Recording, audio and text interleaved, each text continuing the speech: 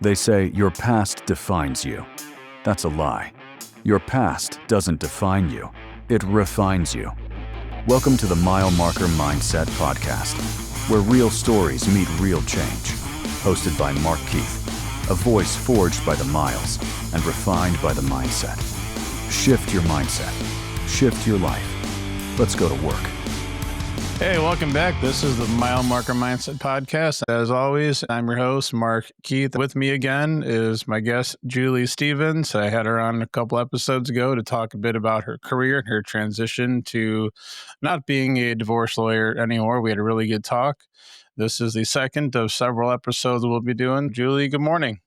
Good morning. How are you? Not too bad.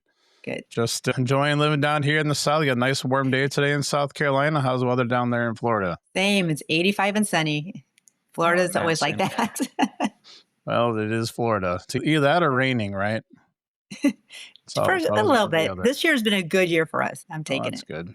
Yeah. It's a bit cool up here recently, but today it's quite warm. It's nice. I can get out on the grill later. It's going to be a good time. That's good. The joke around here was yesterday it was 74. That was cold for me. I wore pants. It's funny because we're all from the Midwest where it's really cold and 50s is nothing. People up down here are wearing winter jackets and hats and scarves and all kinds of stuff. And we're just here in t-shirts and shorts. It's so funny. Right. Living in the South, being from the Midwest. But anyway, I digress.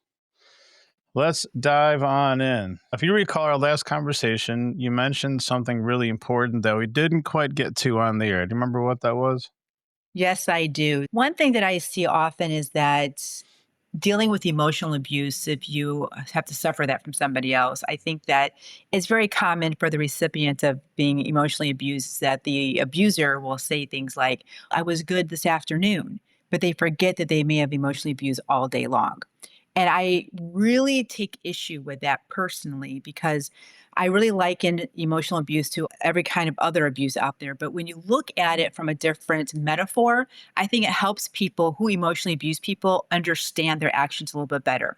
What I mean by that is if somebody was actually a drug addict or they were an alcoholic and now they're in recovery. And if you're having dinner with them and they pour themselves a shot of whiskey or martini at dinner, and you know they're trying to be sober in recovery, you would look at them, you'd say, what are you doing? You're drinking. They would never look at you seriously and say, I didn't drink all morning and afternoon.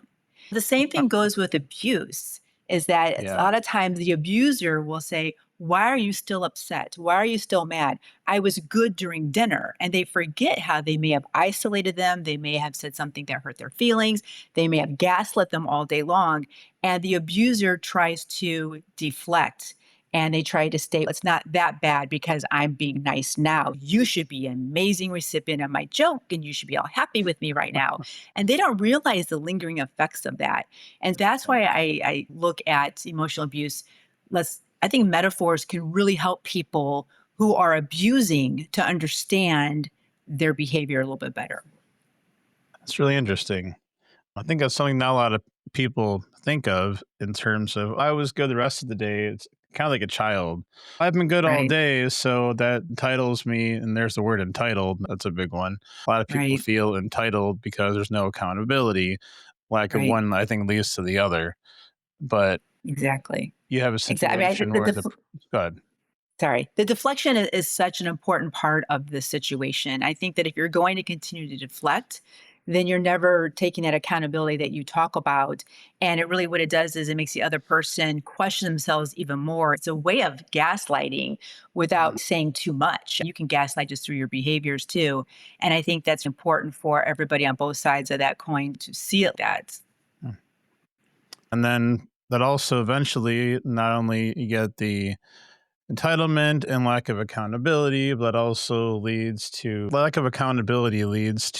obviously enabling and other sorts of negative behaviors, which again, it's important to not let people get away with that kind of behavior and hold them accountable and be, yeah, you may have been good all day, but that doesn't justify or make excuses for you being a jerk right now. Or as example you use where you didn't drink all day, but you're a recovering alcoholic. That's right. And the enabling, I think, is a very important topic because a lot of people who have to suffer the emotional abuse, I think a lot of times that they are in that modality where they are truly a victim, but they victimize themselves even further by enabling the situation. I think a lot of people don't realize that they have some responsibility to take care of themselves too. They can't just look at life saying, because you're abusing me, therefore everything is on you to stop abusing me. A lot of times the victim of the situation will enable the situation because they don't call it out, because they're not assertive, because they don't have a healthy boundary. And they may say to that person who's having that martini, you know what, you deserve a martini. It's been a hard day for you. Or they don't bring it out. Why are you having a martini? Whatever the circumstance may be. And you're actually enabling then that behavior to, it's not making an excuse for the person who's abusing, but you're not doing anything on your end to help stop the situation. Whether you're trying to resolve it by saying, this isn't going to work for me, and here's a boundary, and let's talk about what you're doing. Or eventually, if that doesn't work, just getting up and walking out the door permanently because the person's never going to change.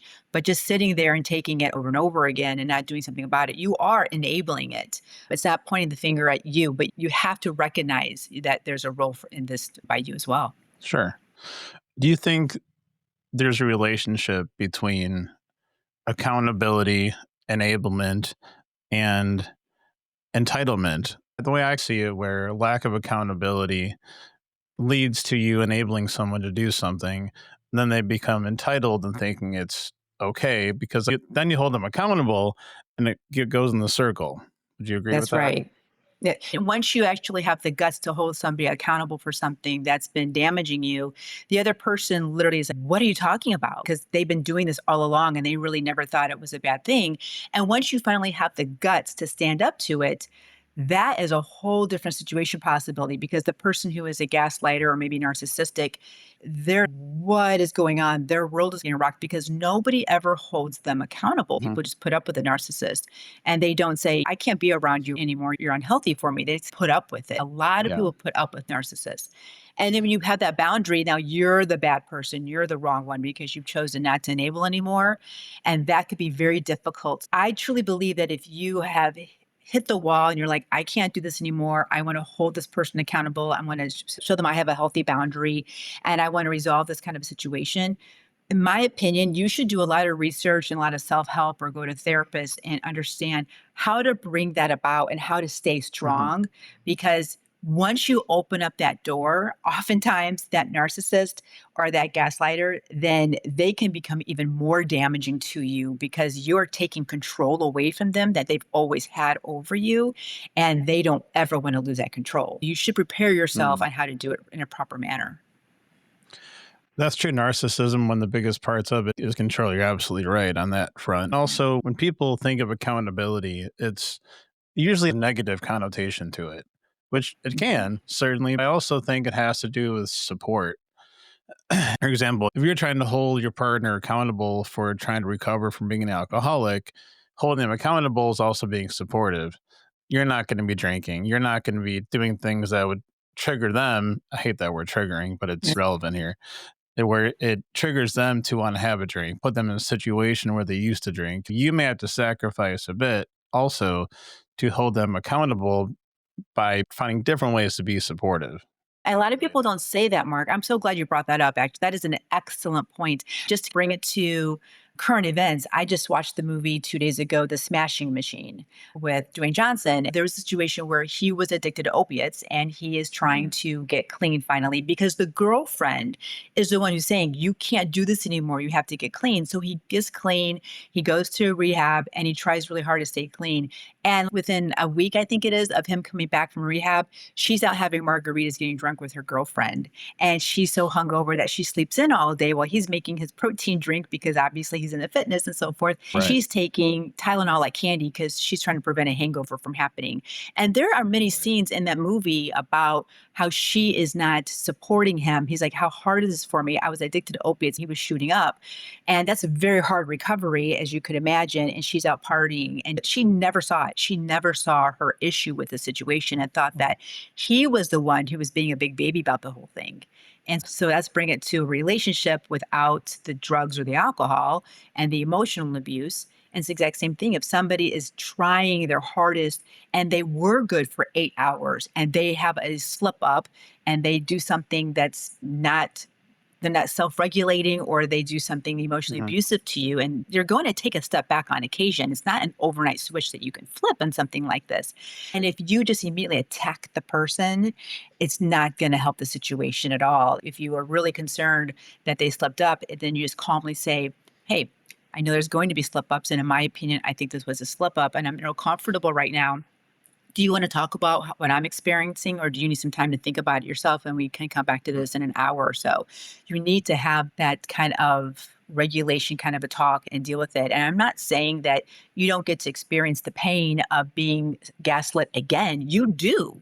But you also need to understand that if you really want to resolve and keep this relationship intact, then you have to understand that your responses can actually hurt the situation as well. That's interesting, because it's also how you react to it. And if you come off in a way where that puts the other person on the defensive, what's their standard? What's their default go-to? Right. It's whatever Right. the thing is. You also Exactly. have to, in some ways, work on yourself while you're helping the other person, because you also have to do better. Not There's to no say doubt. it's if you're with somebody and they're abusive, it's not your responsibility to control their feelings or theirs to control yours. We're responsible for each other, however that works. But you do need to be responsible for your own actions, and don't put the couple in a situation that's going to lead to that kind of event, whatever the event is. That's exactly right. It's good stuff. Common too, all too common, unfortunately. Exactly. And I'm glad that we're talking about this openly, because I think a lot of times when people want to look at reels for advice, or even they go to therapy, many times that outside source that they're looking for assistance is just blame game on the Yeah. person that's hurting you. And it's hmm very rare to hear somebody saying, look inside yourself. It's very rare. I'm glad we're talking about this. Then deflect, or you pass the buck, pass the blame. No, take accountability for your own stuff. That's the whole point of the mile marker mindset. Is I've been through a lot of stuff. I walk through it so I can help other people get through it, because I learn a lot about myself, and I always am. We're always learning about ourselves. None of us are perfect Right. here. So it's always trying to learn, but be willing to learn and be willing to look in the mirror and say, I need to change. Things in my life right now are just not good. I'm just a jerk, Right. whatever the Right. case, or I need to stop drinking, or have that honest reflection. In fact, I talked a lot about that in the first couple episodes. And it's really important to have this self-reflection. And also, if your partner, this is part of being supportive, if your partner says, by the way, I've noticed you always have a drink in your hand, or it hurts me. And again, use those I feel statements. We talk about it in the conflict book we'll get to probably later, but um, Mhm. I feel hurt because you're always blaming me for things. And have that tough talk. Because if you don't have that tough talk in a respectful and loving way, it's never going to get better. And it's not That's going to right. be easy. It's not supposed to be easy, because change is difficult. It takes time and it takes a lot of work. That's right. And you brought up something that I don't want to overlook, is that if you do Yeah. that self talk, and maybe you go to your own therapist and you're trying to grow and be a better person individually, what you're thinking was going to help my relationship, whether it's an intimate one or a friend or any Mhm. kind of a family member. The thing to remember, though, too, and you need to be prepared for, is that sometimes when you start growing and changing, or acknowledging your own fault in something, or you account for something on your own, that other people are not going to be always receptive to that. When you start Mhm. growing, some people who are doing the bullying that you never had an issue with before, it could be a completely outside person, and they see you speaking differently or interacting differently or being accountable. Sometimes they think you're being facetious, or you're playing the victim, or that you're doing all these things. No, I'm actually growing and I'm validating you. And I'm learning how to do this. But other people who haven't worked on themselves, they're not willing to see your growth as a positive thing, because maybe showing some things that they don't like about themselves. Mm. That could be very disconcerting to interact with somebody that you love, not accepting you being a healthy person because they're used to maybe you being unhealthy, and Right. things change that dramatically. That could be hurtful. Yep. That's true. And as one person grows, the couple might grow apart. That's right. And that has to be okay sometimes, because you know better than most that sometimes it just doesn't work out. That's right. And for whatever reason, and you might be better off splitting ways. That's not ideal. Certainly, the best way to do it is to reconcile. I'm sure, even as a retired family lawyer, would agree reconciliation is always the best option, Yeah, especially if there's yeah, children. exactly. Anyway, absent physical abuse, absolutely. I think Yeah, mentioned last time at the podcast, I had said I will normally ask people, "Have you thought about reconciling, and can I assist with that before we just run to the court and file, or is it too yeah. late?" I don't talk them into it, but I certainly want to make sure they understand it's an option. And I would even tell people, even after we file, it's still an option. Many people think that once you file, you can't reconcile, that we can't dismiss the case or we can't put the case on hold with the court.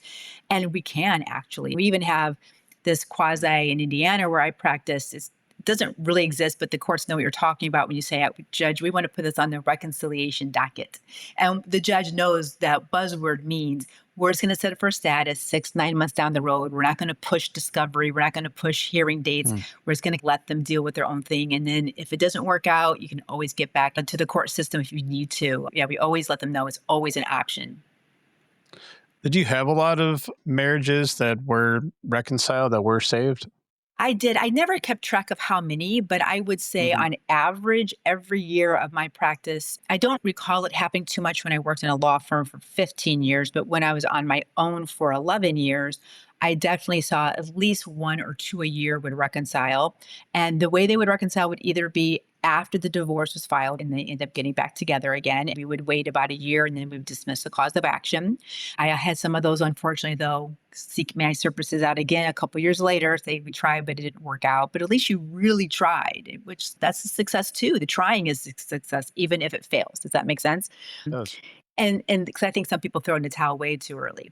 And then other people who actually would get back together after their divorce was complete and they would still reconcile. That door doesn't always have to be closed forever. Sure. There's always a chance of getting back together again. Just because you're divorced doesn't mean you can't say, I still love you actually. Can we try this again? There's no rules.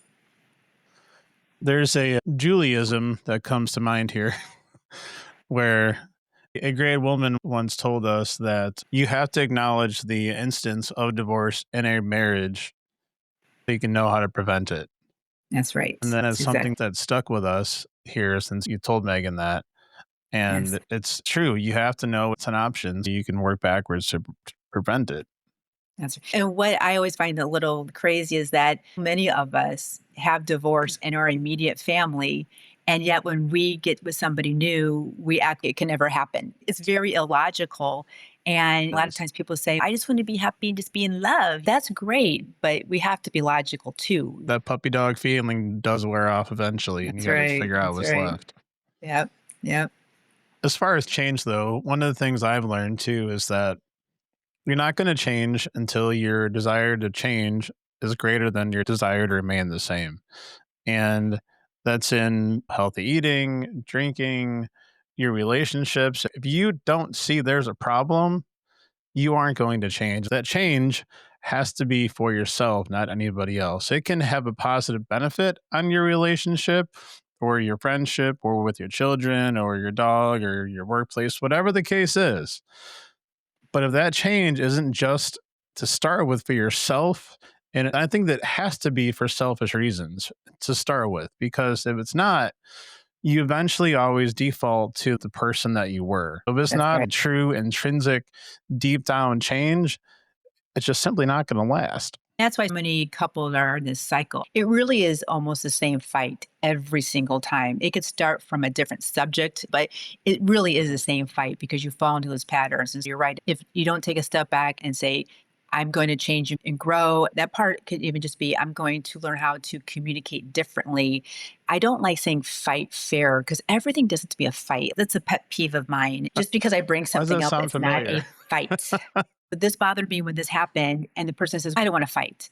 No, actually, Yeah. what you don't want to do is you don't want to validate me. You don't want to communicate with me. And you don't really want to get to know me. You don't really want to know me. That's what you're saying when you say, I don't want to fight. It's not a fight. I'm just communicating with you. But because you have that default, it's really difficult. Words matter. That's something I've had to learn. I was laughing because I say that sometimes to Megan. I don't mean it from a negative, non-validating way most of the time. It's more, I might mean disagreement. I might mean conflict. I might mean just a spat, not necessarily a fight. It's just the first word that comes to my mind, which probably isn't a good thing. I'm Right. trying to work on not using that word as much because it Right. doesn't have to be a quote fight. It's usually just a conflict or a disagreement about something we have to work out. But I've noticed with Megan, once I say the word fight, even if it's not that, she'll give me one if I want one. And of course, why would I want one? Right. But it's one of those things where words matter. They do. And also, Mark, it's important to understand that it's like my significant other does that too. If I bring up something, he's, oh, we're having a good day. Now you want to fight. No, nobody wants to fight. I don't want to fight. I just want to bring up something that just happened 3 minutes ago. Yeah, we had a great day, but 3 minutes ago something happened and I can't shake it. So I would like to talk about it.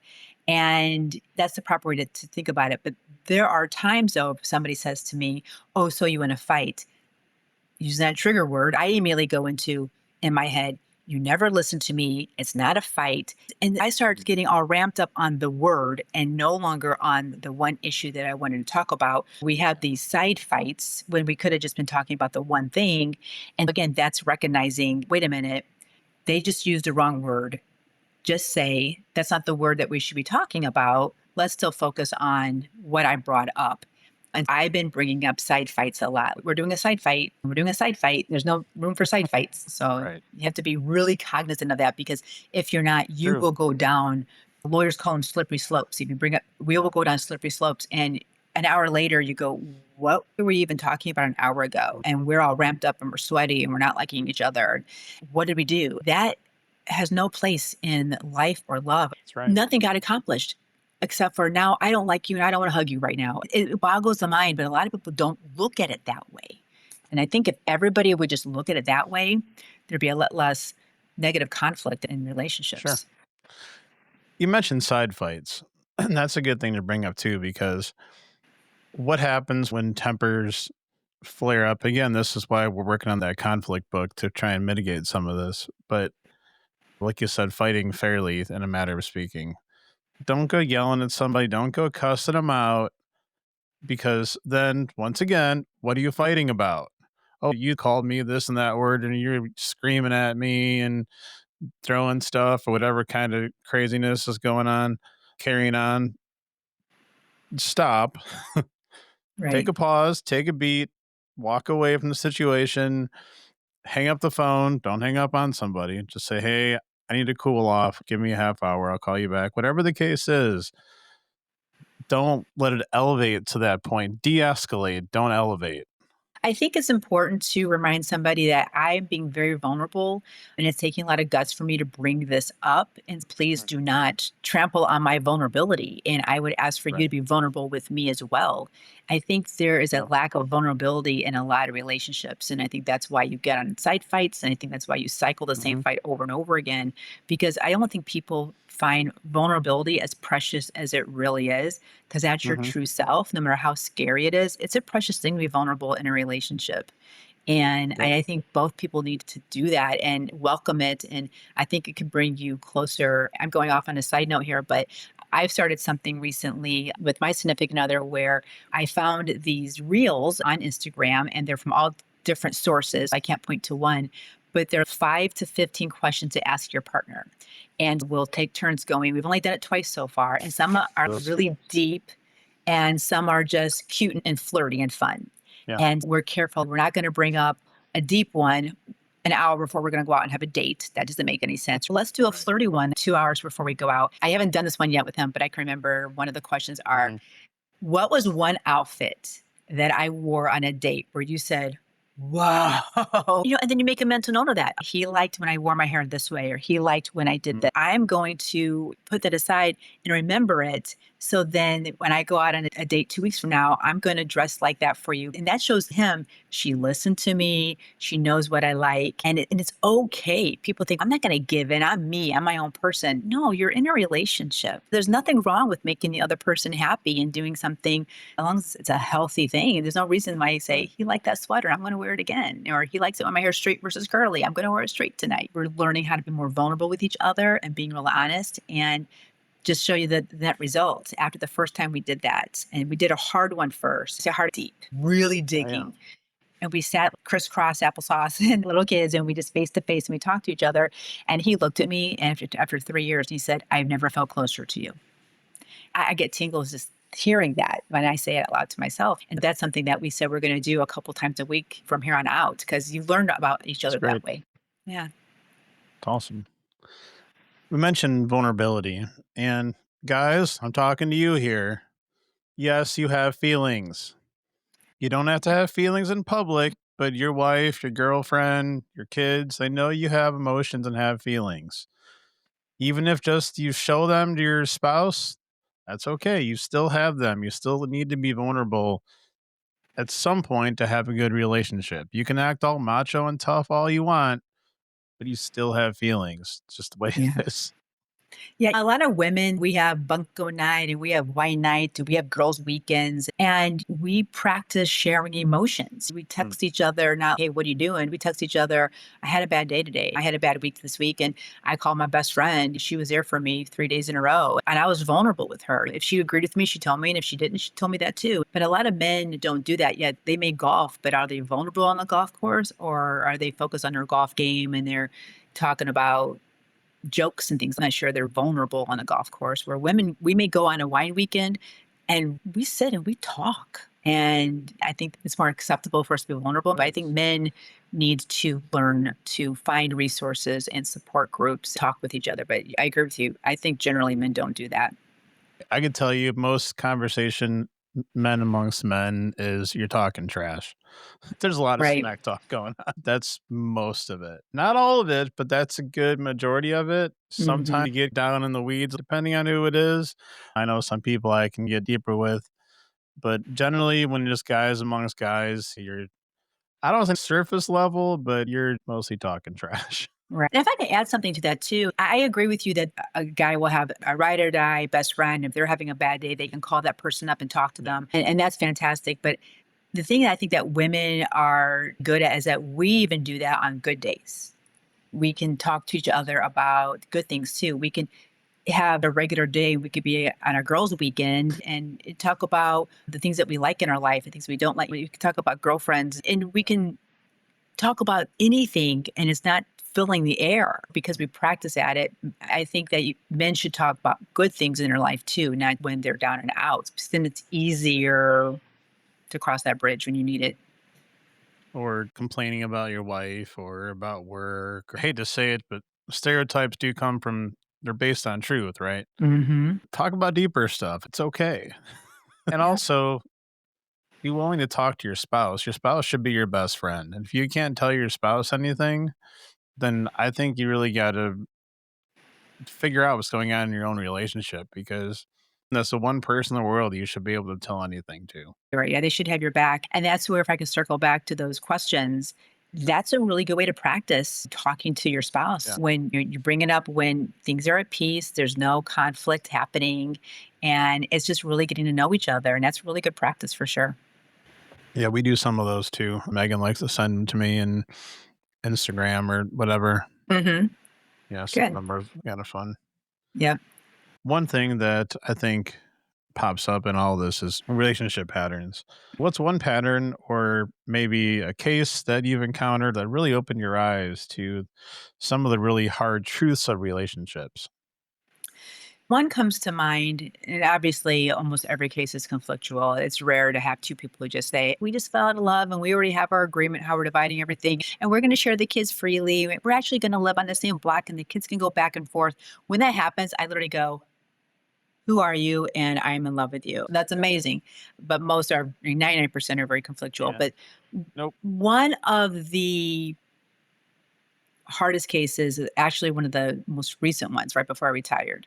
It went on for a few years, and I started out really enjoying my clients. There was a lot of evidence showing that it was the other side. We went to trial many times to get divorced and impose decree. And I always believed my client and I always took his side. The other side was, she was a miserable person. And I always felt bad for the kids and him. And trying to get him shared custody was always a battle with her. But then something switched and he could not get out of the conflict. And that's the one thing about contested divorces is that you are used to being conflictual because that's why we're going to court, because we can't agree on anything. And you get used to being cross-examined. You get used to watching your spouse get cross-examined. You get used to case building. It's a buzzword. And I hate the case building after a while because, yes, I need a case build to win my trial. But then the husband or the wife, they get in the habit of case building. And all they're focused on is taking screenshots, videotaping their children, reacting to what the other parent did, because they're trying to build a case just in case they have to go to court in the future. There could be nothing pending. And then something will blow up and they'll come to me and they'll say, I have a year's worth of videos of my kids, or I have 300 text messages to show you. You haven't been living your life. You haven't been a parent. They literally can't get out of that cycle of case building and conflict. And that's all that they do. And it's really sad because I have seen these videos of children. This one comes to mind is that he had gotten his permit. He's in the driver's seat driving this truck, and the mom is by him in the passenger seat. And she has the camera on, and he even knows the camera is on because she's in his face. And she's, when dad said this, and when dad sent you that text message, and when dad, and he's crying. He just got his permit. He's driving a car. That's extremely dangerous, if you could imagine. And she's just cross-examining her own kid and even bring up the attorney's name, Julie this and Julie that. And I just sat there and I'm like, oh my God, oh my God, oh my God. And the attorney sent that to me thinking that this was proper and okay, and she's going to use this in court. And I go, I feel sad for both of you. I feel sad that you don't tell your client not to do this. I feel sad for this child. I just get demoralized. I just want to go home. I don't even want to work on any other case. Lawyers don't have feelings that, in my opinion, and they just encourage their clients to case build instead of being healthy for these kids. It makes me sad. And it's one of the reasons why I had to get out too. I just couldn't take it anymore. I can see that being really hard on your psyche. Yeah, it sure is. Because you still have to work, you still have to be a parent. But if you put all your focus on case building, then who's going to be there for your kids? That's right. And that's the thing is they're not there for the kids at all. They're just not. I would sit there with my client if they would do something like that. And I would say, I feel very uncomfortable. I don't want to use this in court. I think the judge is going to think that you're just as bad as mom if I bring this to the court's attention. And they don't want to hear that because they think they're all right. And your mom is a jerk. I go, I'm sorry that you are showing the same behaviors that mom is by wanting me to show this in court. And I really can't stand by it. I go, I want you to win. I'm doing this two-factor. One, the court's going to not like us if we bring this out based upon my years of experience. Number two, what is your kid going to say when he knows that you did this? Because he's going to find out because mom's going to run home and tell him because she's just as bad. And what are you really trying to accomplish here? Getting back at mom or raising a beautiful family apart from mom? And this client would literally tell me, I want to get her. I want to nail her to the wall. And he would say things this to me where after a point I said, I can no longer be your lawyer. And that's where we talk about when you set a healthy boundary and the other person, they lose control. And he exploded on me. And I realized that he actually was a narcissist as well. And he was breadcrumbing me in an intimate relationship because he would send me these emails and you're such an amazing attorney. I don't know what I would do without you. You're my big sister. I'm just, oh, what a nice compliment because you don't get a lot of compliments. And, oh my God, I was breadcrumbed. I can't believe this. This is a boyfriend-girlfriend relationship. And you kind of get sucked into it. And it happened professionally too. It's really sad. Can you define breadcrumbed?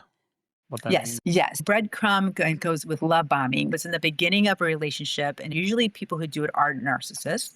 And what they do is that they kind of just over love you. It's all these compliments. They want to be monogamous after knowing you for a month already. They just want all of your time. They just want to take you out, spend money on you, just make you feel you're just the most loved person in the world.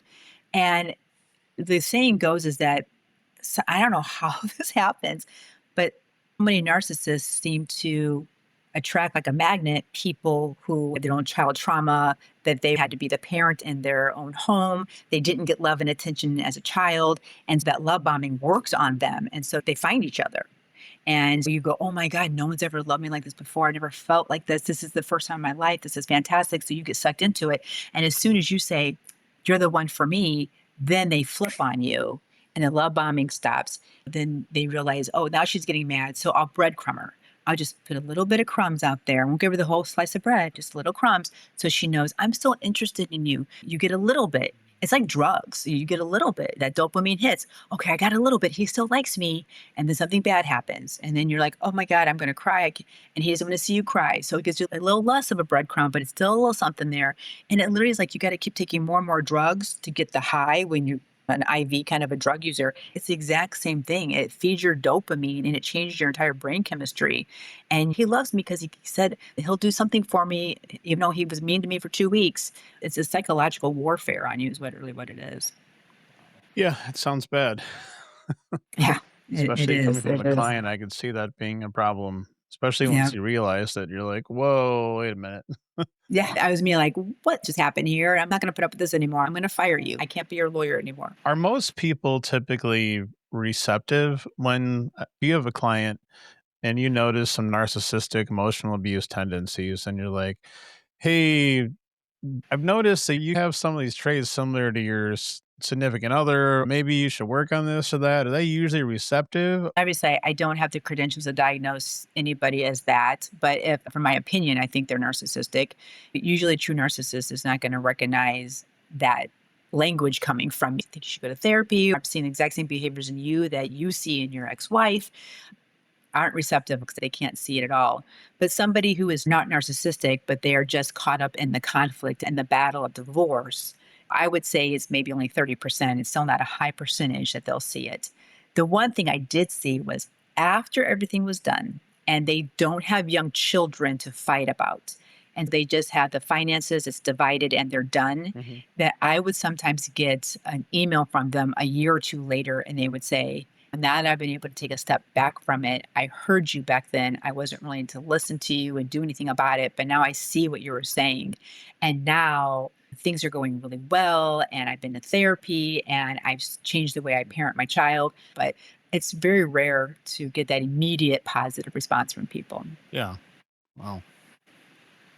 I can see that, especially because narcissists are never wrong. Right. If you go Right. and tell them, "Hey, you're," in my opinion, because I know legally you can't say X, Y, and Z, but in my opinion, you have some of these traits, something to look after. Right. "Oh, no, I don't. Right. It's my ex-wife only." Oh, yeah. Okay. Yeah. I would hear that a lot for sure. On the subject of red flags, are there ones that you wish people saw sooner? Yes, I think that the red flag of somebody just not validating you as a human being, I think we get used to that because if you think about it, we're not validated as a human being even from our own parents as kids. Label us. This one is the perfect one, and this one is the honorary one, and this one is the good student. We have these labels, and we don't know even what a label is as a kid. So we just grow up thinking, I'm perfect, so I must be perfect. We grow up learning these labels. We grow up coming into these roles, and then now that we're in an actual adult relationship, we're still carrying on those roles of a child. I think most of us have child trauma that we don't really realize. I think a red flag is that we just continue in the same roles, that we don't validate somebody, that we don't recognize these cycles. And people want to work on other people, but they don't want to work on themselves. They want to point the finger. When I was in church, a little girl, the one preacher would say, when you point the finger, there's 3 fingers pointing back at you. And I always remember that. And that always stuck with me, always stuck with me. And that though a lot of people didn't go to my church, so they didn't hear that, I don't know. But I think that a lot of people don't recognize their role in anything. And that when you don't validate your spouse by listening to them, then you're not validating them as a person. And if you feel like your spouse is not validating you as a person and you either put up with it or you don't do anything about it, that's a red flag then to you. And that the other red flag is that not recognizing your own trauma is something that may be a reason why you act the way you act, but it's not something that you should then say, oh, I have child trauma. It should be, oh my gosh, I have child trauma. I better work on that. So Mhm. you have to recognize your own red flags as well as identify the red flag of the other person. Once you actually recognize these red flags, if you're going to therapy once a week, but you're not doing your own practice of your therapy tools the other 6 days, it's never going to work. That's another red flag too. It's saying I went to AA on Monday, I could drink Tuesday through Saturday. It's like, what? Like, but people really don't work on the therapy tools every day. You have to work on being sober every day. Why wouldn't you want to work on being a better person every day? Well, it's so much work. Well, then you're not the one for me.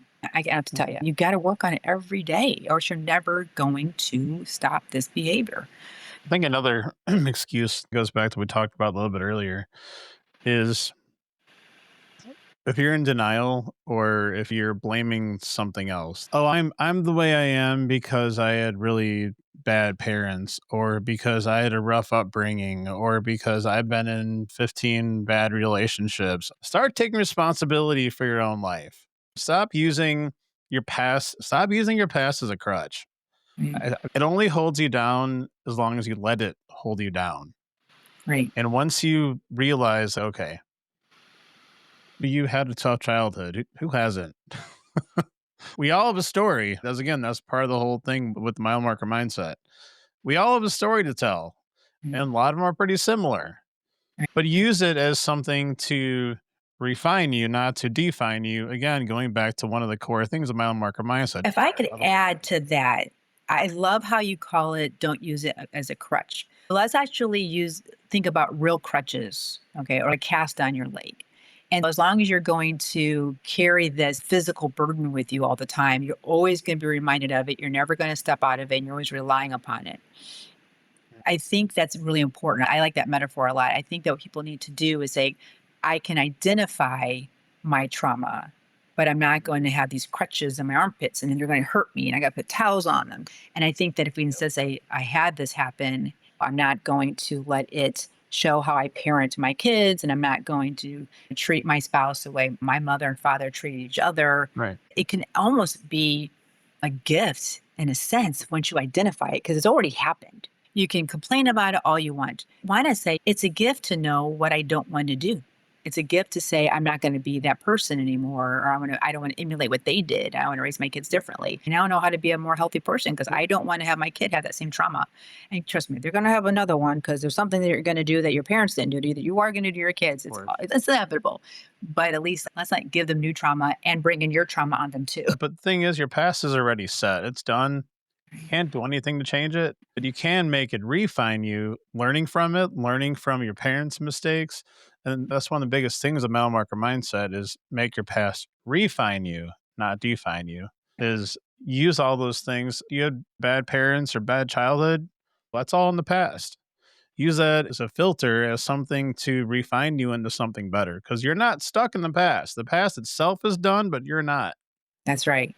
Very smart. You control your own destiny here. If you want to be stuck in that cycle and you don't want to break that generational curse or there's alcoholism in your family, well, my dad was and my grandpa, and okay, you don't have to be. That's You right. can make that choice to be a better dad, to not be an alcoholic, to not be abusive, to not be a narcissist. Might take some work. Let's take a lot of work. Mm-hmm. But you can use that to better yourself and better your situation in your life. But you have to be aware of it first. So that's key. That's right. Yeah. Moving on a little bit here from that. We talk a lot about conflict, obviously. So tell us about a case where unresolved conflict wreaked havoc on the family or even the divorcing party's mental health. I'm sure you have a lot because it sounds like we've kind of touched on that a little bit. That's the one I had just spoke about. Well, I was kind of alluding to that, where even when the case is over and there's no new case pending, there's nothing happening, but all of a sudden the mom does something wrong, and well, I better screenshot that to use in the future. These parents who are stuck in that conflict and they can't stop the case building, the most terrible thing. But also the situation of not just case building, but when there's actually financial abuse happening. And so many times you have a situation where you can't have everybody living in the same house because it's just not healthy for the kids. And not that having somebody move out is healthy either, but at least it brings some verbal peace because there's not the fighting going on constantly. And so somebody has to get kicked out of the house. And so many times you hear like the one who is making more money, well, why should I be the one to leave? I'm paying all the bills. Or if I leave, why do I have to pay all the bills?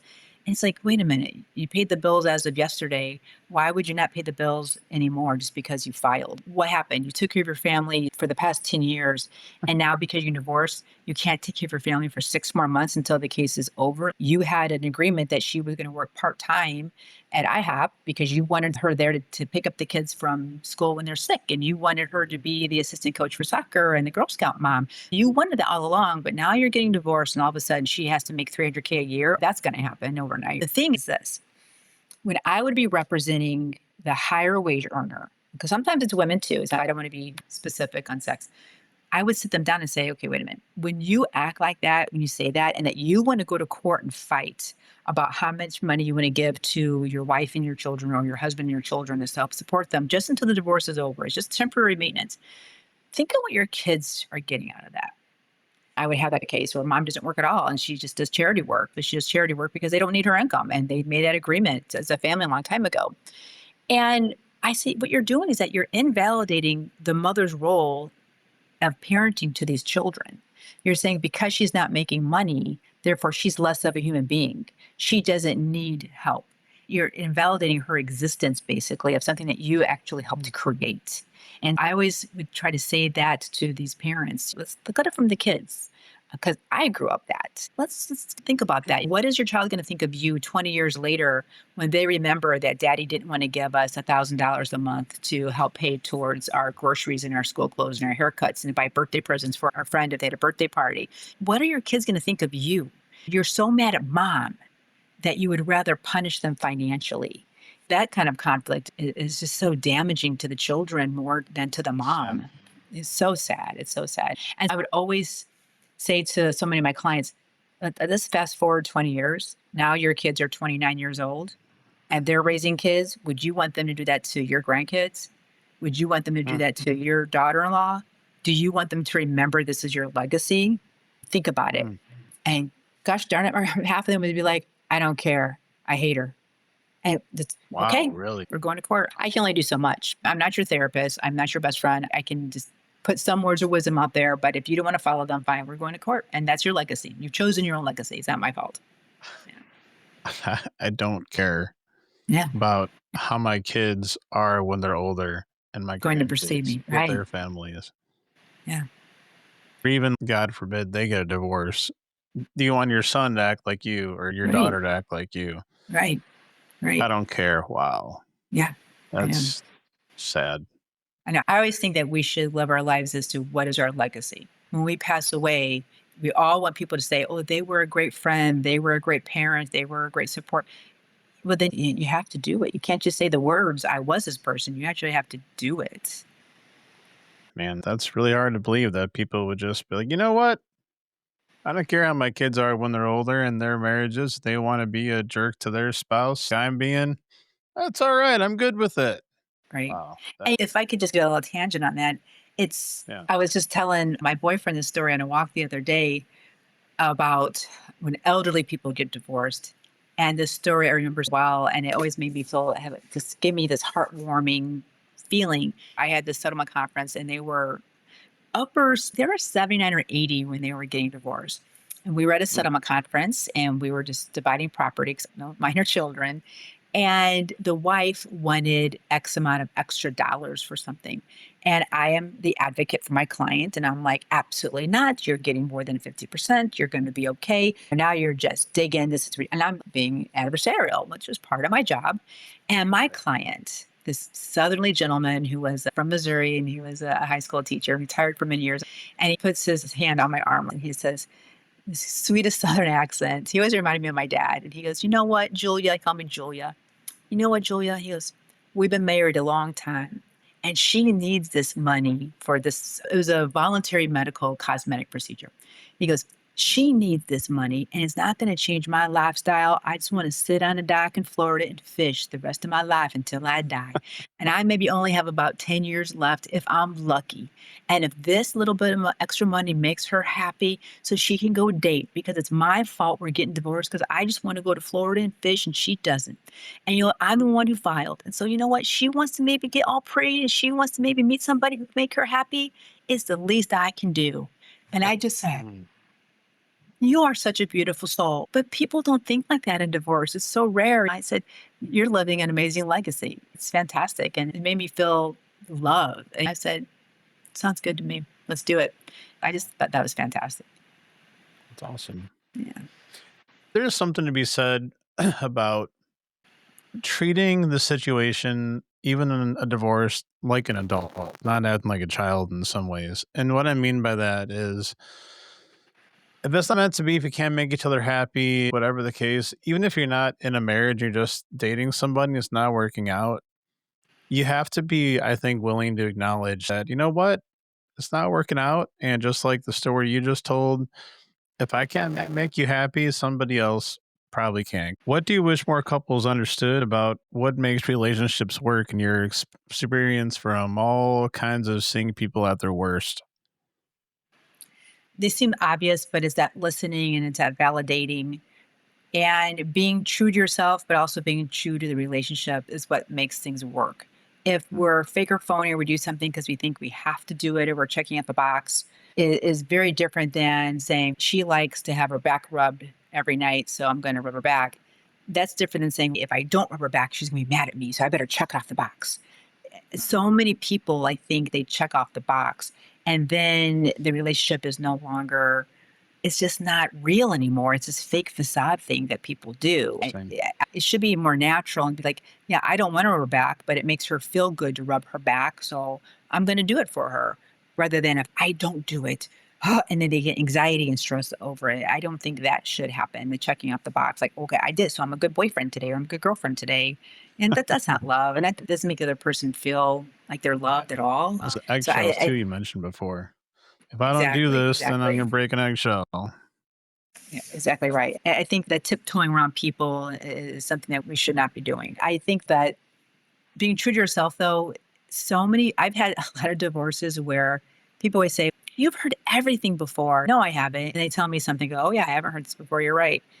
Some people say I should write a book, but there are people who are homosexual who get married and they have children and then they come out of the closet finally and they're my age, in their mid 50s. And what am I doing?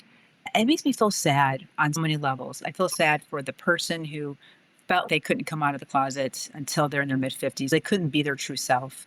It has to be really hard to do. I feel bad for the kids that they're going to grow up wondering what was real, what wasn't real. Did my mom and dad even love each other? And why do they even have kids? And I feel bad also for the spouse who is straight. But that's got to be like, what? We made love and we held hands and we kissed. And what's real in my life anymore? They can probably question the rest of their life if they get into any relationships in the future. Is this real? I thought this was real for 30 years of marriage and it's not real. There's those types of things that I think that people, before they get married, they need to truly, truly be true to themselves. Don't check off the box. Well, I'm supposed to get married, so I better check off that box. Don't do that to people because it's going to harm people in the future. It's going to harm yourself as well.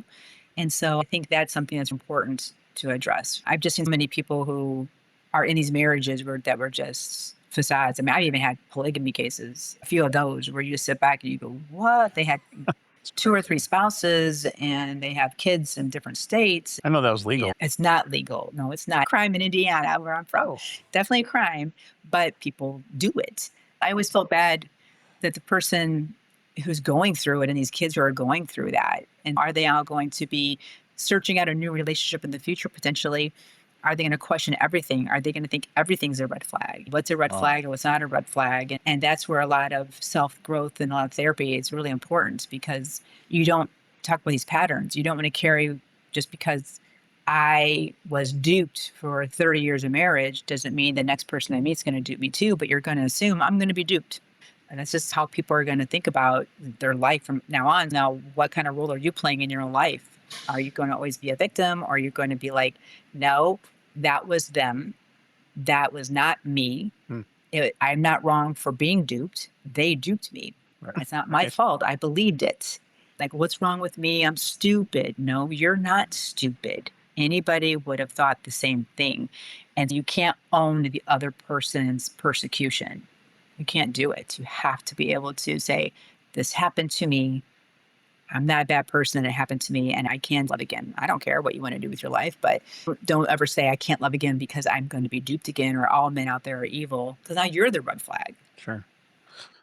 We're talking a bit about patterns and reasons for marriage and stuff you establish. I know personally, the first time I got married, my ex-wife I had my daughter with, it's a marriage that it was a toxic relationship. And for whatever reason, hey, we're in a bad relationship, so let's get married. That'll fix it. Then, well, that didn't fix it. Let's have a kid. Right. That'll fix it. That didn't fix it.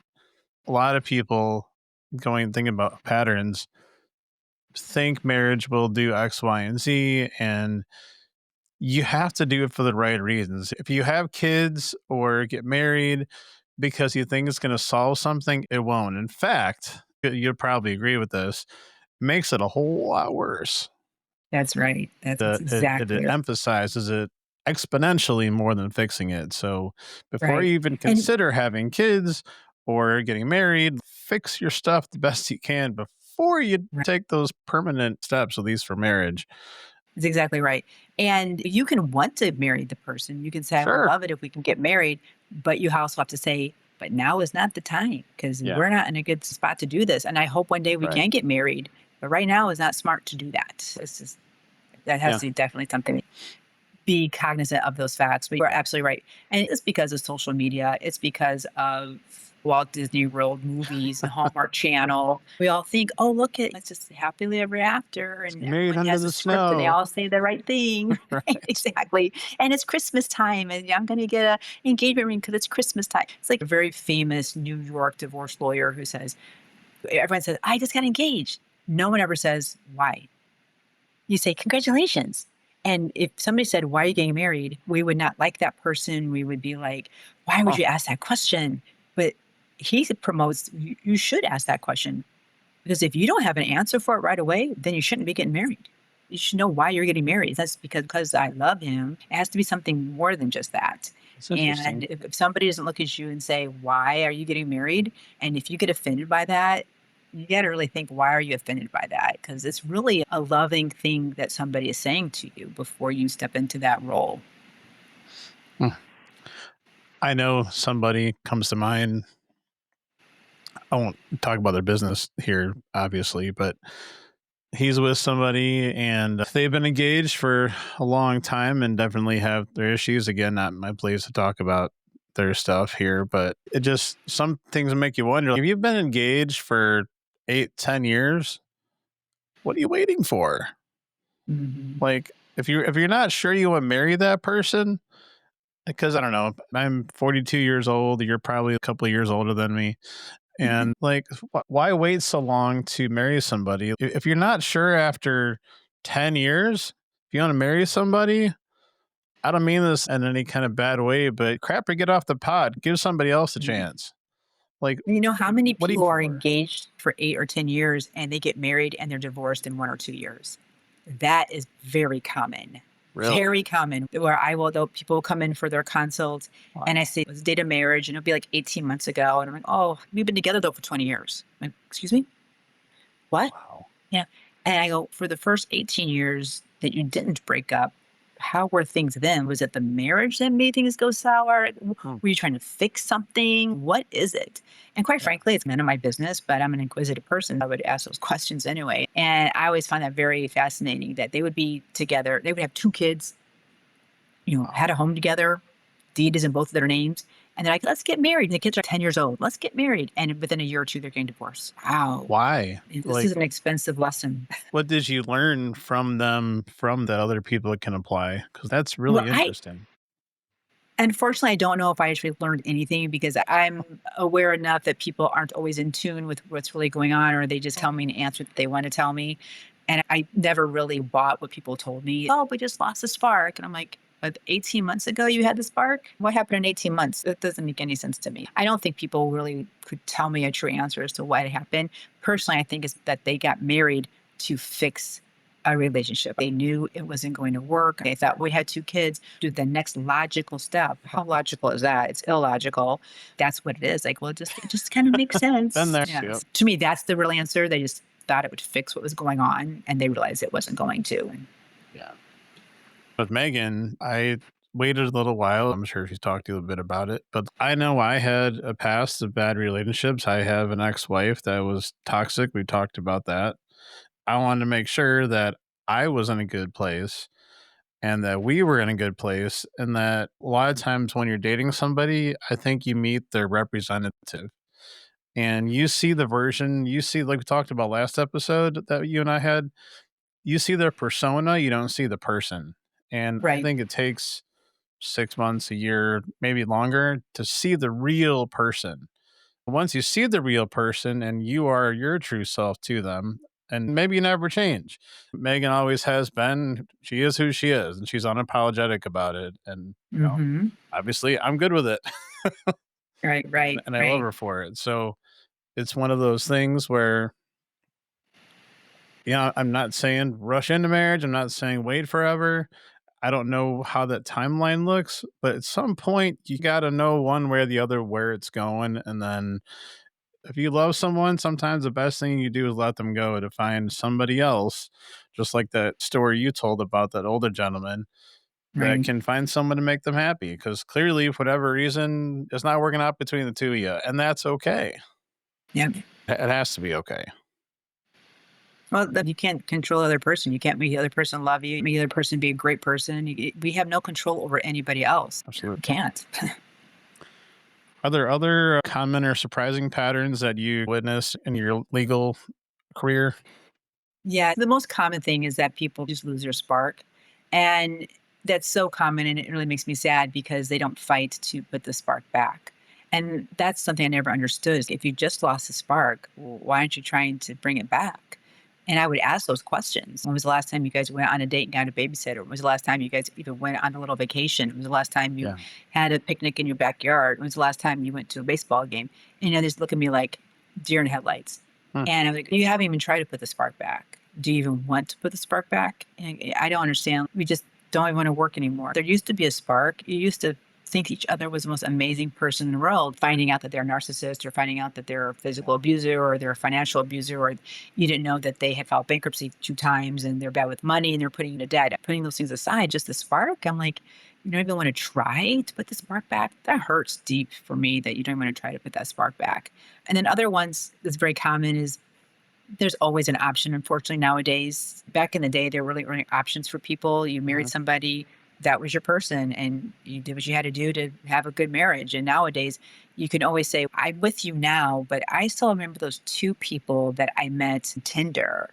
Still have on my phone. If this doesn't work out, I can always call Mike again. If we live our life that there's options out there, or we look for options, or we just, I'm going to just DM and be like, I like fried pork chops too when they're cooking on a cooking thing. Why are you trying to connect with that person? That's not changing their lives. You're trying to connect with somebody. You don't have to comment on every single post on social media.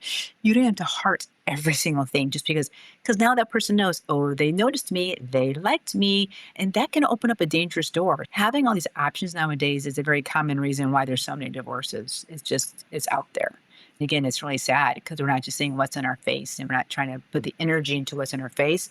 Once we put any energy on something on a phone, forget about it. In fact, it was common, Mark, that somebody would say, I did something or she did something or whatever the case may be. And I would say, did you link up with somebody from high school that you saw on Facebook? You friended a new friend on Facebook?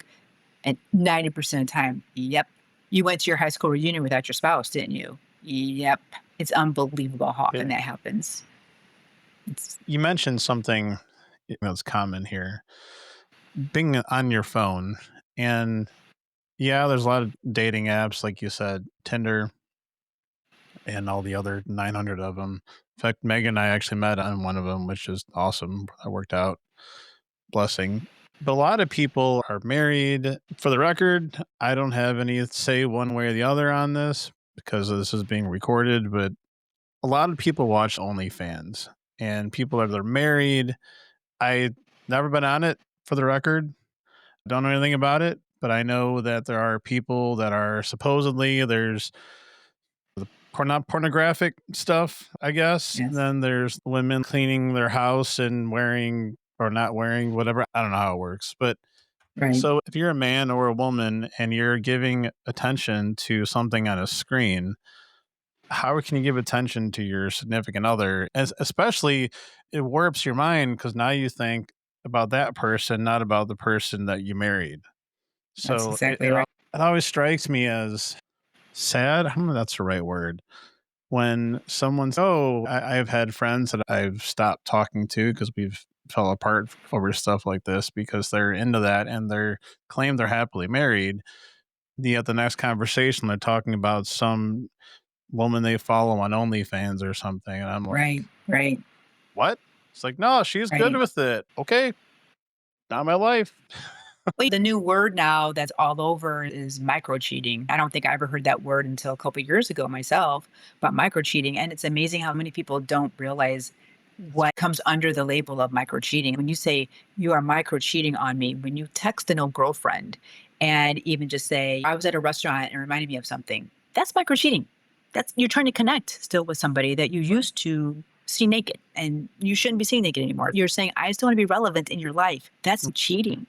And if it bothers your spouse or bothers your significant other, that should be enough for you to say, I'm going to value what's in front of me more than my past. Therefore, I'm not going to do it anymore. But if you say, I can't get rid of my past, that what you're saying is, I value what I used to have over what I have right now. Mm-hmm. And this micro cheating is a really big deal. And a lot of It people is. are doing it.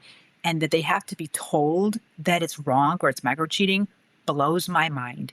That they think the other person is just being overly sensitive or they're not cool blows my mind. It's like Yeah. you're defending your actions when you say, I don't recognize it as micro cheating because you still want to do it. You'd rather do that than spend an extra 5 minutes with your person. You just spend 5 minutes micro cheating. And I think people don't realize how much it can be. It could literally just be staying friends with all your ex-lovers. If it bothers your spouse, that's micro cheating. If it is simply just showing up at a funeral, you haven't seen this person in 15 years, but you go to the funeral because your mother died. You haven't talked to them in 15 years. You want them to see your face. You're curious if they still think about you. Don't be stupid. It's micro cheating. And it's on so many different levels. Maybe just all the hearts on every Instagram reel. You're saying, I see you. And the person would say, well, they're happily married. Attention. And they're saying, well, they're in a happy marriage and I'm just friends with them. I'm sorry, but as a woman, when I put a pretty picture of myself and somebody likes it, it's a dopamine hit. Oh, they liked me. When you are liking somebody else's new profile pic and they're the opposite sex, guess what? You're giving the dopamine hit. You're saying, I notice you.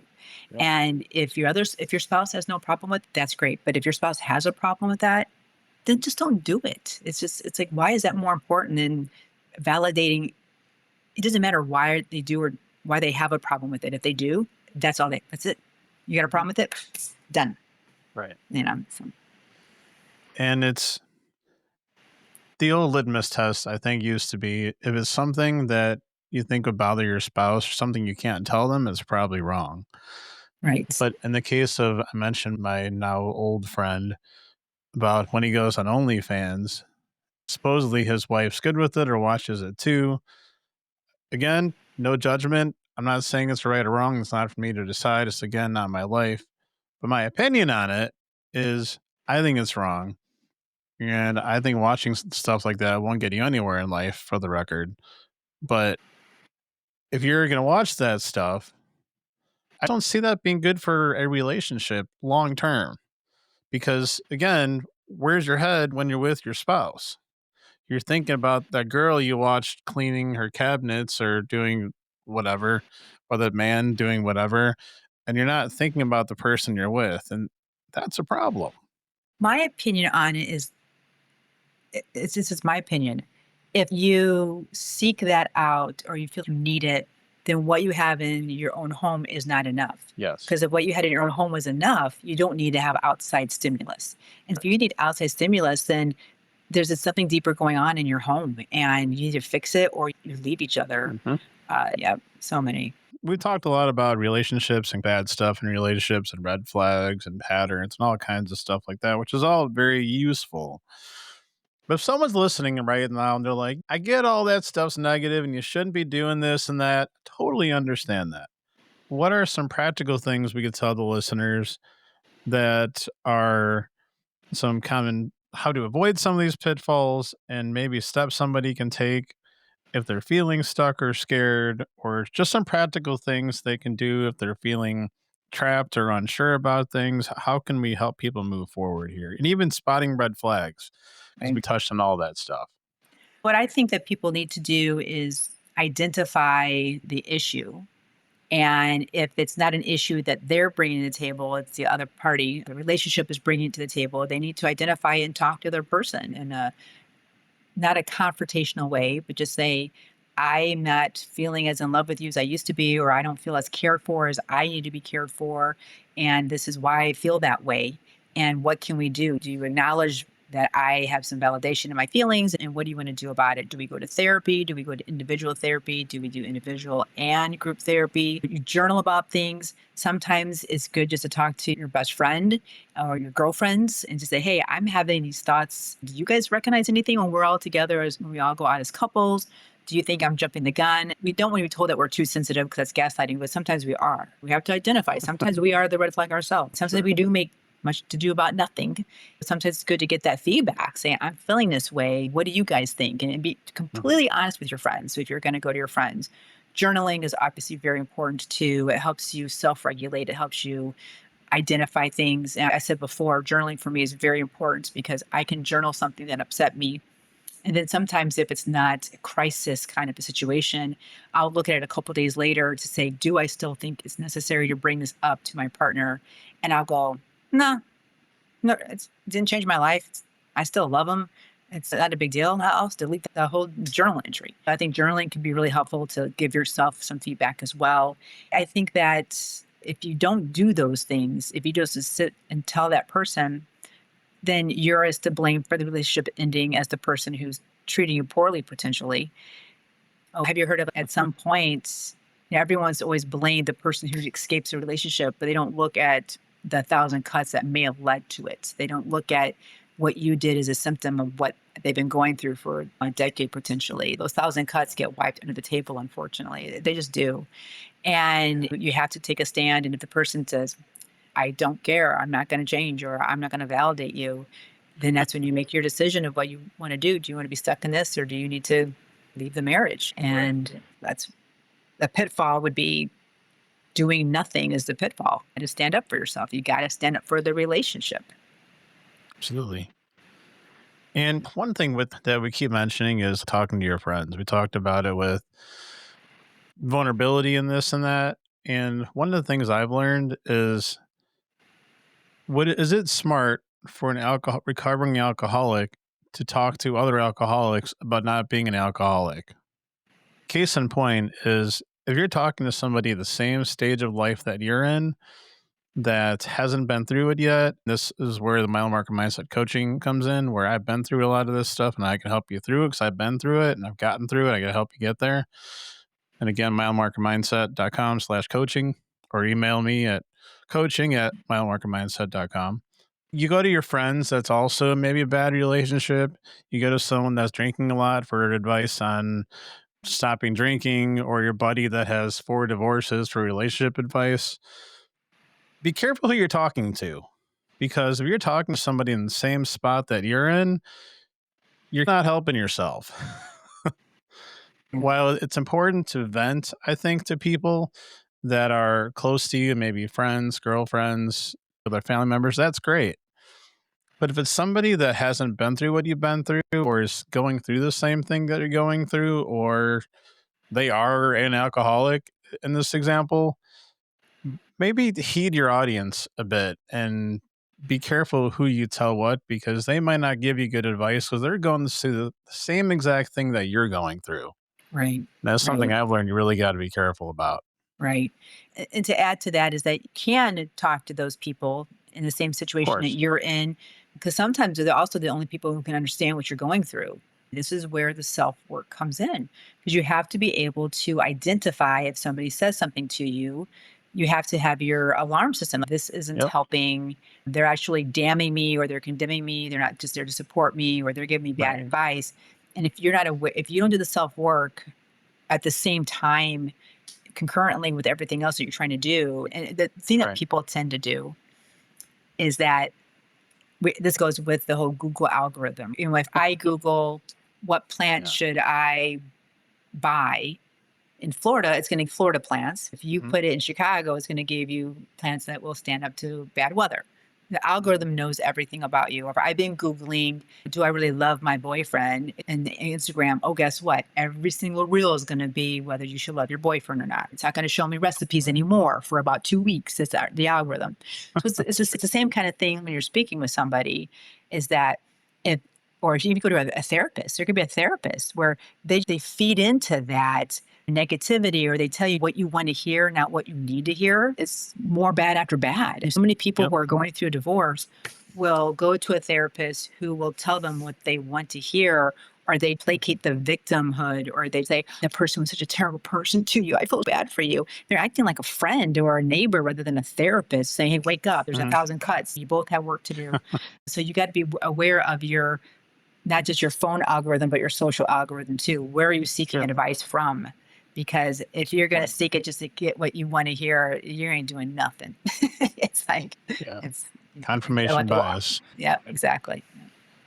Seeking advice from friends and family, it's all good to be aware of who you're asking advice to and being careful what advice to take. Your friends and family have an uncanny ability to see things you can't, especially about relationships and even about yourself. Back in episode 2 and 3, especially 3, I talked about how a friend of mine called me out on something, and at first I laughed it off a bit. I was like, man, we're just having a couple beers, joking around. I was living with somebody else at the time and all that. But no, he was like, I'm serious. I've noticed this pattern about you, Mark. And I've known you since I knew him since I was in junior high. So he knows me quite well. He's been through a lot with me.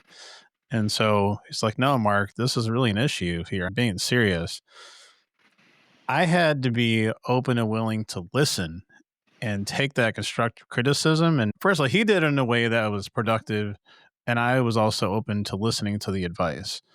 And that's what really started my path going the right direction, was maybe this dude's onto something. And so if your friends, your family sees something that you might not, if there's someone that really loves you and cares about you, they might see something you can't. And maybe they just don't like your boyfriend or your girlfriend, and that's something you also got to be cautious of. But a lot of the time, they just can see things that you can't, because they say love is blind for a reason. Right. Especially early in a relationship, you don't see all these faults that come out later. Right. So somebody you're talking to says, hey, Mark, hey, Julie, hey, whoever, I noticed this and that about you, or this person is kind of a narcissist, or this person always has a drink in their hand. You don't really drink a lot. Listen to that advice, because they are paying attention, because you're too busy focusing on trying to build a relationship with whoever you're with when they're looking at the big picture that you can't see right now. That's exactly right. I had that happen with my own family. Somebody was dating somebody, and my gut was just, something's just off about this person. And then they married them pretty quickly, and it was just like something's just off. There was more than one family member that felt this as well. And we would just talk. We're like, oh, you feel that way? We both, okay, so this is not just me being nuts. Maybe this has got some validity to it. And then we would try to, I would try to say something to the person who was in this relationship that was a bit off. It was just like they weren't ready to accept it. It was, you're jealous and you're this and you're that. No, I'm not at all. But they didn't want to hear it. They just wanted to be in that love is blind situation. You have to be ready to receive that information. Kudos to you, because a lot of people aren't, because think that we're supposed to be in a relationship. Everybody's supposed to be in love. We're supposed to be happy. We can't just be single for the rest of our life. We have to be with somebody. And we have this path that we've set. This is what makes me who I am. And what are people going to think if I'm alone? What are people going to think if I had another failed relationship? Are they going to think that, I have to feel sorry for her? They're trying to help you. You don't get hurt in the future, or you don't hurt somebody else. And we just don't see it like that when you're in the relationship. And that's where the self-work and the self-growth is so important. And that discernment too, for being able to separate what's really going on. They're trying to tell you something you're being oblivious to, and trying to open your eyes to it. Right. So What happened with that person in your family? Did they end up staying with the other person? Ultimately, no, they did not, but not because of Oh, what I had said. but things worked themselves out, Yeah. which is what usually naturally happens. Yeah. So that's good, at least. Worked out in the end. All right. Let's dive into conflict. Last podcast, we talked a bit about the conflict communication book that we've been working on. That's going to help folks understand conflict, work through it better. If that's something you're interested in checking out, definitely going to be good tools. We'll talk about in a minute, but actually, Julie's using some of the tools in the book in her own relationship, as are Megan and I, some good stuff. Right. Would you like to hear my example? Absolutely. So let's Okay. go. Yes, I'm glad I was able to read this book before it's on the presses because I'm already using it. What I was telling you Yeah. earlier is that just a couple of days ago, I'm in the kitchen with my boyfriend. I'm having my protein drink with my supplements. I start every day. And my Nice. boyfriend was going to cook an amazing from scratch meal. He just wanted to get everything sitting out on the counter, all the ingredients, have sitting there for a couple of hours before he actually needed to start cooking. And he says to me, "Do you mind if all this food is out here on the counter?" I will tell you, to me, that was nails on a chalkboard. To an outside person, they're going to say, "What is your problem, Julie?" Here it is. He asks that every single time. "Is it okay if my shoes are here? Is it okay if I leave this piece of paper out?" I'm like, oh my God, this is your home too. Do what you want. I'm a pretty easygoing person, despite my past career. At home, I don't give a crap. And I was like, why do you keep asking me? Why do you think that I care? Why do you think that do you think I'm such a bad person that I care about all this stuff, that I'm a neat freak and everything? And I would be getting angrier and angrier. And when you don't talk about it, that breeds contempt. And when you have contempt, the relationship is basically over. Even the little things, you guys can't take any more out. And I read your book twice. And I said to him, I would like some clarification. I would like to know why you said this. I am assuming you're saying it maybe for this reason or this reason, but my assumptions aren't, who cares? Why are you really saying this? And he Yeah. tells me, Julie, I actually was raised to do that. When I was a child, I was never allowed to leave anything out. I would ask permission. It was almost being raised in a military family. There was law and order. I just feel I have to always ask because otherwise, what are people going to think? And I said, is that really hard for you to stop doing? I didn't say that's dumb, don't do it because I don't get upset. I said, is that hard for you to stop doing? And he said, Yeah. yes, I think that's one thing that I really don't put my energy in to stop doing. It doesn't impact my life that much to ask you. It's just habit by now. And then I said to him, thank you for telling me that. Now, every time you ask me, I'm just going to say, yeah, I don't mind because I don't have to change him. If it's just a habit to him and that's not where he wants to put his energy right now, and thinking he doesn't have to ask me that anymore, that's not for me to judge. It's not for me to change. And again, where do I want to put my energy? Do I want to keep this relationship? Then I can change my perception of why does he keep asking me versus, sure, no problem. Yeah. And just Probably. let him live his life. If he needs to say it, let him say it. Why may otherwise I'm more focused on my needs over his. And it's not a big deal for me to go, it's cool. And just let it be. And I looked at him and I go, you know where I got that from? I got that from Mark's book. And I said, look how it worked out. I asked for clarification. I let you tell me the clarification. And then I make a judgment for myself. What's more important? Being right and saying, that's silly, don't do that, versus if you feel compelled to do it and it's not an abusive thing to me, you're not doing anything to me. It's to protect you for some reason. Can I support you? Yes, I can support you in that. And you're more important than my needs of not hearing that anymore. And he looked at me, he's like, It's awesome. that is Mark's book. And I texted you right away because I literally put it into practice and it worked. And instead of nails on a chalkboard anymore, I'm okay, now I know where it came from and I can deal with it. It's a shift in perspective, isn't it? It's all Yes. how you look at stuff. And clarifying questions is what we're talking about here, where you're in a conflict, and a lot of conflicts Megan and I have are similar. A lot of them is because of miscommunication, where if one or both of us just ask questions like you did with him, like, hey, what do you mean by this? Right. It happened to us the other day, in fact. And something came up and I was a little unsure about something and I asked a question and I used I feel it's this way because X, Y, and Z. And it was totally fine conversation Right. because you Exactly have to right. know how to frame and how to ask it and have it not be an accusatory way and try Right. and really gain that understanding. And that's awesome. I'm really glad it helps.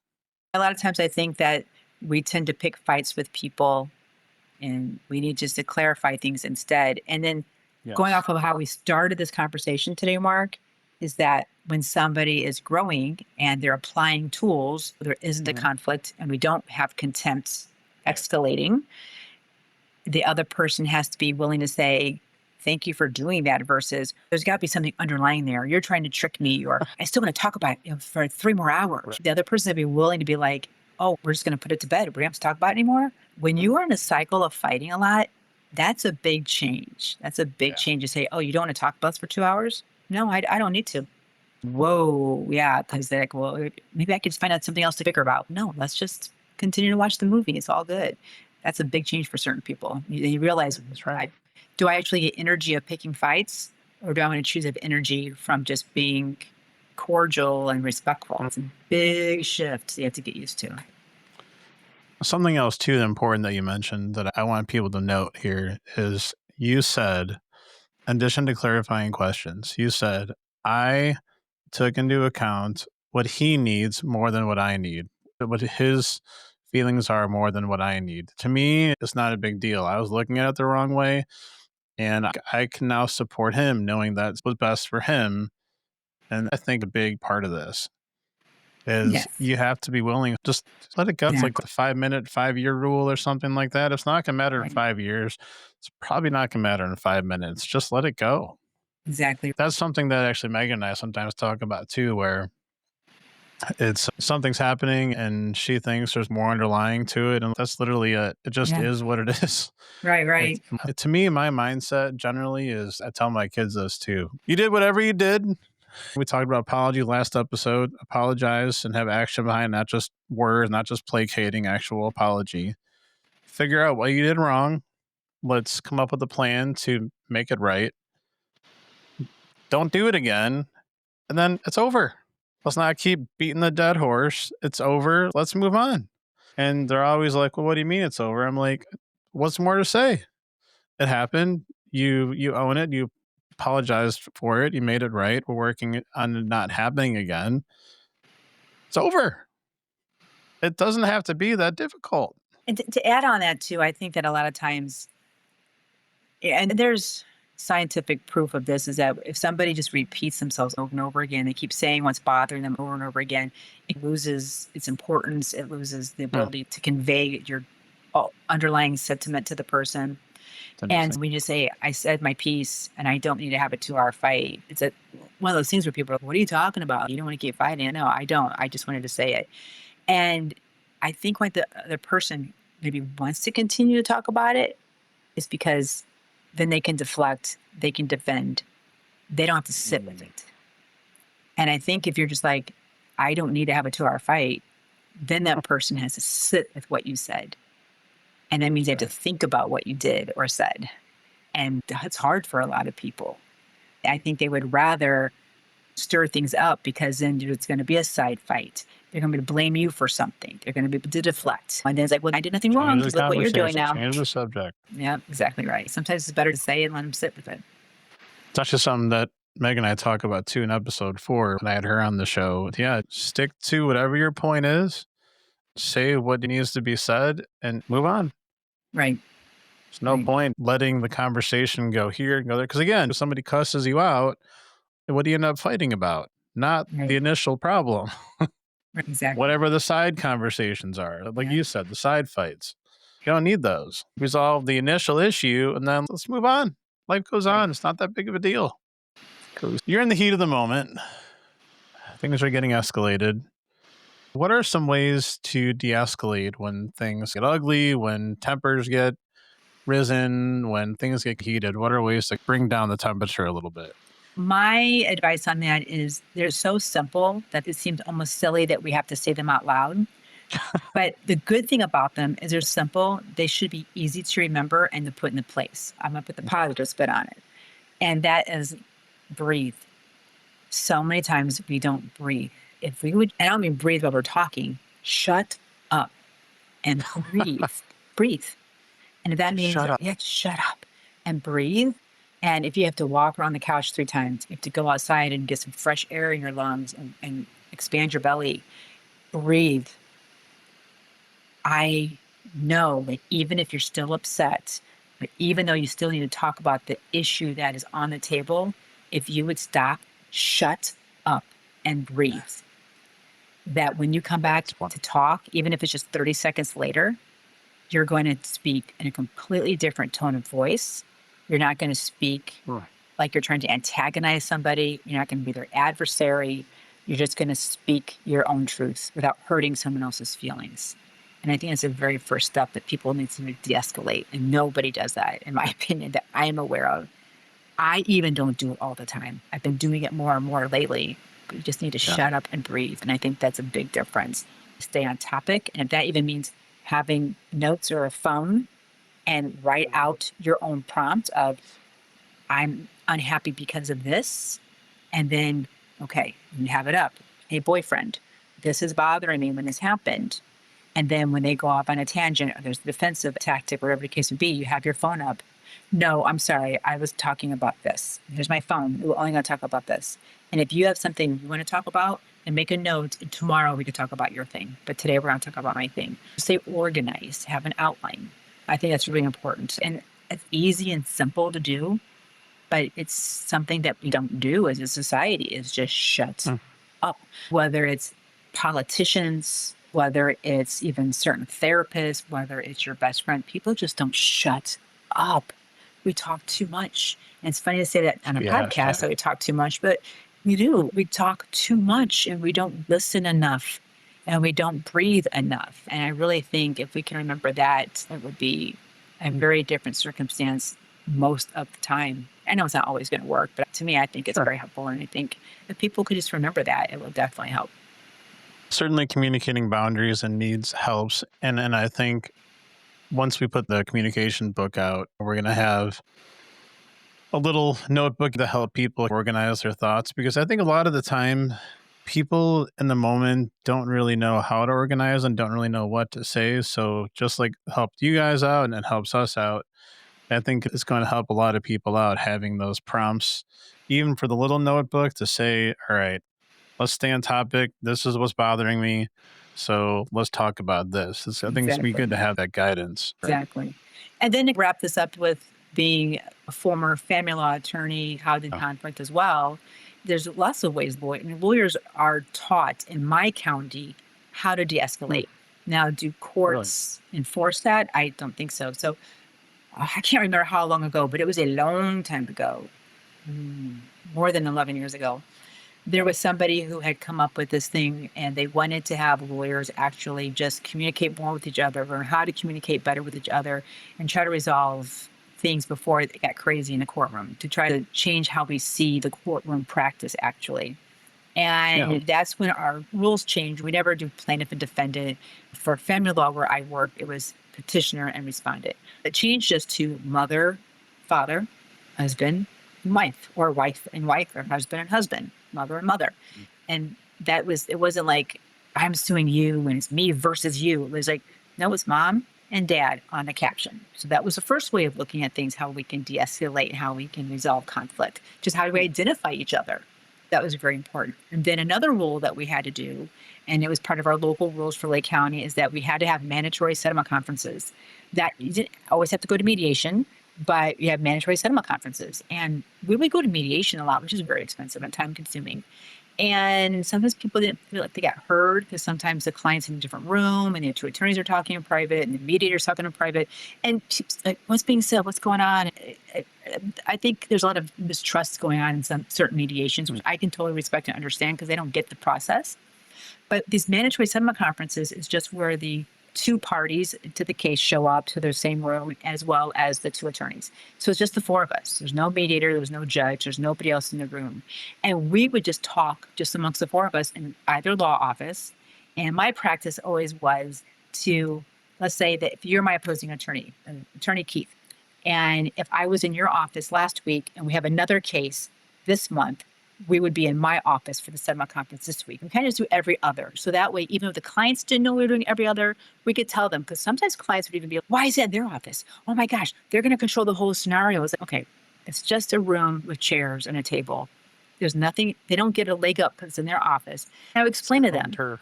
It's a home game for them. Yeah, I explain to them, we go every other. Or I happen to have a hearing at 9 a.m. It was easier for me to stop off at their office. I could be there at 11 o'clock to meet everybody instead of coming all the way back to my office. It makes more sense. I would explain that to them, again, to de-escalate, because they're already wrapping up. They're already getting anxious. So that's what we would do. And then we would have these settlement conferences, and almost every case would settle at these settlement conferences. Once we had this instilled that we had to do it per our local rules. And the way that would be enforced is that if we couldn't resolve it and we had to have our trial, the courts would ask, did you have your settlement conference? When did you have it? Did everybody show up? Was it in good faith? Did you guys actually try to settle the case? They also had another rule that when you filed a new cause of action saying, dad did this or husband did this, you would have to put a paragraph in there that states, I spoke with the opposing party. We tried to resolve it outside of court. I sent a letter on November 2nd. And it's been 30 days and I've gotten no response. So therefore I need the court's assistance in this because we can't settle this amongst ourselves. But even before we file, we have to have a conversation with the other party by letter, by phone call, by email to try to work things out. We couldn't work it out. Then we could file a petition. That third way was not enforced very well because what lawyers would tend to do is they'd pick up their phone. Hey, by the way, tomorrow I'm going to file this, okay? Yeah, this is our mandatory to do. Yeah, okay, got it, because we know we're not going to settle the case anyway. Okay, I could put in my petition, you're not going to tell me to the judge. Pathetic. This is what it was about. Oh. And so many attorneys would just do that, and that would really upset me because I would send out letters with exhibits and say, okay, this is what's going on. Your client owes this amount of money. Can we avoid court? And others would just do what I just showed you with my phone, and it was just sad that they would do that. But those are all ways, though, that you can, as an attorney, try to make sure you both have input into this because once you go to court, it's out of your hands. You don't know what a judge is ever going to do. You can have all the most perfect facts in the world, but if you twirl your hair by accident at the table, they're going to think you don't take it seriously. And guess what? They're going to rule against you. It could be as silly as that. Therefore, let's work on this together as a team rather than leaving it up to a judge because you can't always trust you're going to get the justice that you think you deserve. And those are ways that we try to de-escalate things. And then between the two parties, I would always recommend therapy. I'd always recommend individual therapy and group therapy. I'd always recommend those types of things as well. I would ask them, if they're religious, I would say, do you have a pastor? How's your pastor feel about divorce? Are they going to make you guilty about it? Or are they going to support your decision? Because I don't want them to go to somebody that's going to guilt them for something or use the Bible as a tool to harm them more. Or are they going to use the Bible to support them? I'm not religious myself, but I'm aware of all that, how that plays out. I make sure they're going to be supported, not be saying you're going to go to hell because you're getting a divorce. That doesn't help anybody. I would give them those kind of avenues. I would talk to them about support groups and so forth. To me, a family law attorney should always try to de-escalate the situation if we can. And sometimes we can't. And it is what it is. All right. We are back. We have some technical... Wow. Apparently, I had my own technical difficulties. Wow, what was that? I was like, who has difficulty? Wow. One more time. Okay. All right, we're back. We have some technical difficulties seem to be resolved for now. We're going to go ahead and wrap it up here. If you're good with that, Julie, and then we will hope for better technology stuff next episode, but I think we got most of what we wanted to cover. Next time, we'll dive into some personal growth, some healing, and how to actually move forward after conflict. Anything else you want to add to this whole conversation?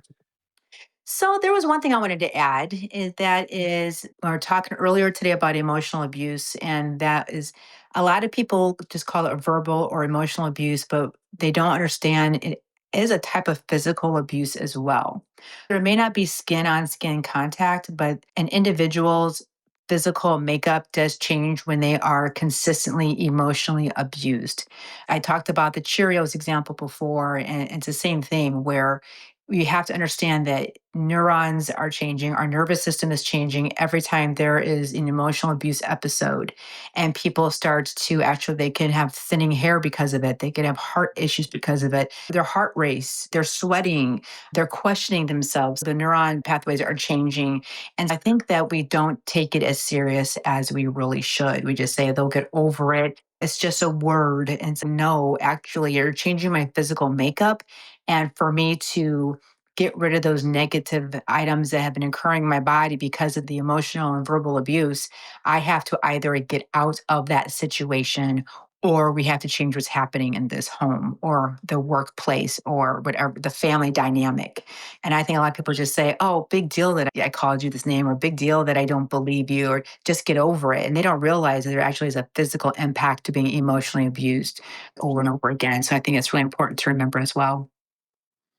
That's a good point. Definitely does affect you physically. You might not think about it, but it certainly does.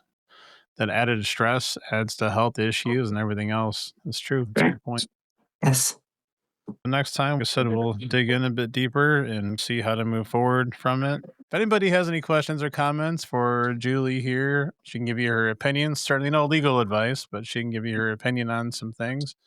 Email subject Julie to podcast@milemarkermindset.com, and we will answer those next time she's on. Other than that, we'll keep working on the conflict communication book, and that should be out pretty soon for everybody. It should be awesome to get that done finally. Yes. And once again, Julie, thank you for coming on, and we will talk soon. Thank you for having me. See you guys later. Bye.